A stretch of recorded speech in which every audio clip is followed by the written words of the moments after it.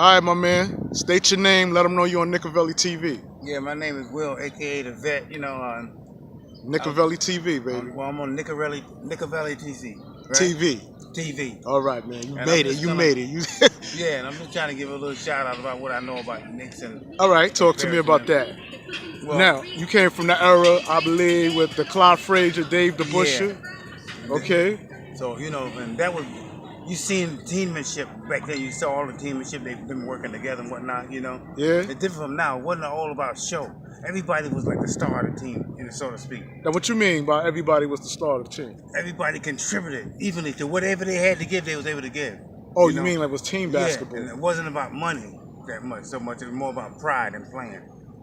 Although some of them made good salaries. So you think that's what's messing the Knicks up? Because it's all about big contracts right now? Yeah. And the Knicks, to me, I don't know. They always seem to settle for a playoff team instead of a championship team. They'll get players good enough to make the playoff, but not good enough to win a championship team. They have some, but they don't get the right ones together. And then when they get rid of the ones that could have been good. They ship them off someplace else, and then they get this, and now they can't fit now. The players that they ship away, they should have kept them and got the other players away if they're going to ship somebody out. So. Okay, let's talk about back in the day then. How was it different back in the day with Clyde Frazier, Bradley, Dave the Busher? What them players had back then that the players today is lacking? Talk to me about Clyde Frazier game. What you liked about his game? Well, Clyde Frazier, he was always smooth, a good ball handler. He'd be like what you call one of the Stephen Currys of the day. Really? Yeah, he was pretty good. He didn't do all that flash, but he was had great control with the ball. Really? From what I see, yes, really. Okay. Yeah, okay. He wasn't no Pistol Pete, none of that, but he was good. That's why he played the position he played. So that's what I saw anyway. And Dave the Busher? Well, he was always when I take another player, I try to show the comparison to him. Dave the Busher, he seemed like he would have been a little bit like in the Dennis Rodman thing to me, That's the way I'm looking at it. He was like a blue collar worker. Okay. He did what he was supposed to do on the court. He did his job, put it that way. All right. Now, it's funny that you said that Dave the Busher was more like a Dennis Rodman type of player. Because that's what I got out of Phil Jackson. When I asked someone how Phil Jackson was, they say he was a bully on the court. Yeah. I didn't see too much about that, but I remember, he was physical. He wasn't timid, Yeah. In that sport, you got to be kind of tough, Back then, right? Yeah. And I heard back in the day they didn't have stats concerning blocks. Yeah, stuff like that they doing now, With mostly points and stuff like that, the most dominant thing, Like I remember seeing the game with I don't remember all of it when he scored the 100 points. And they rested him. There was still some minutes left. He could have got more than 100 points. Oh, you talking about Will Chamberlain? Yeah. When he scored the 100 points against the Knicks. And he could have got more.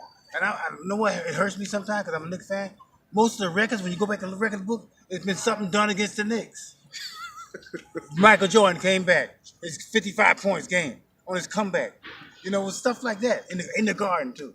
Kobe did something. It's always something like that.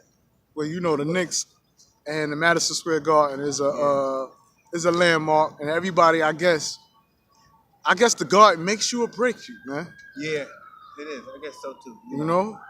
But talk to me about Earl the Pearl Monroe. I'm hearing that Earl the Pearl he was curated the spin move. Yeah. That no one else did that. He was the first to do it, huh? Yeah, the first I can recall. Now that you mention it. See, as we talking, you make it remind me of stuff. You bring back memories of some of the games and some of the plays and whatnot. But they was buried. I've been trying to, every now and then I go on YouTube and I look at some of the old films and you see some of the magic they had. Yeah. Even that boy Chambers was pretty good. The white boy, they got him in as number. I don't know if you ever watched the thing they call the top 10 dunks of all time. Was he on the Knicks? No, he didn't play the Knicks. He played against the Knicks though. Oh, okay. A few more questions I have for you. Now we're gonna talk about Patrick Ewing. Oh, okay, Big Pat. I feel sorry for him. Why you feel sorry for Pat? He should have got a ring. Some people describe it as Pat Riley as Moses taking them to the promised land and whatnot. And they was there. It was in their grasp. As bad as they shot, they only still lost by 6 points. Okay. Starks was off. He shot 3 for 18. And then Ewing was, you know. That finger roll where he should have dunked. You know, so I feel sorry for him. I still got the pride. They were there. You got to be in it to win it. At least they made it there. They had a chance. The other team didn't make it there, so they still got bragging rights because we made it to the finals at least. You know, they got there. Yeah, so yeah. You can't take none of that from them. But that's not no easy task getting there.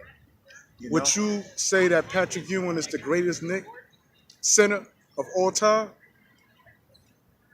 Who's the greatest Knicks center?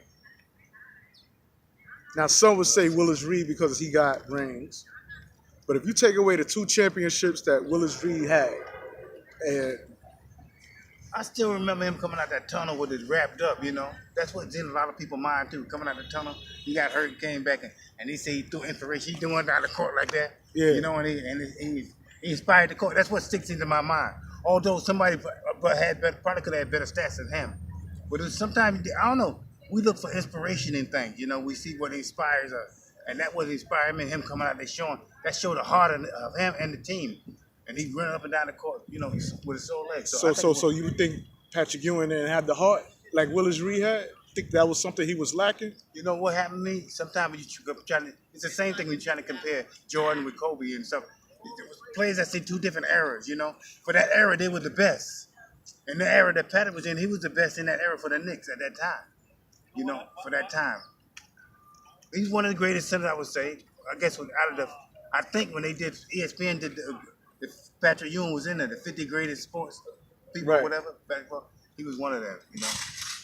Do you think the Knicks will ever get a championship, man? With Kris Porzingis? You're aware of Kris Porzingis, right? Yeah, he got, and I know him for most of the highlights. They booed when they first got him. They Correct. Booed. But I remember, like I said, I watch a lot of YouTube and I watch some of the basketball, like famous dunks. And he got the most putback. I mean, crazy putback, this kid. Kris Porzingis. Yes, crazy putback. And he got the 3-point. He's almost a total package. He just seems like, to me, needs a little more weight and all that. And he gets put on a few more pounds. Right. And because he's, you know, right now he's pretty good. I'm talking about he be doing stuff with authority.